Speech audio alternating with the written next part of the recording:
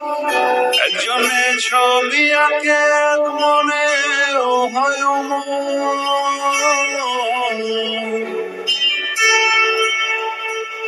আরেকজনে বসে বসে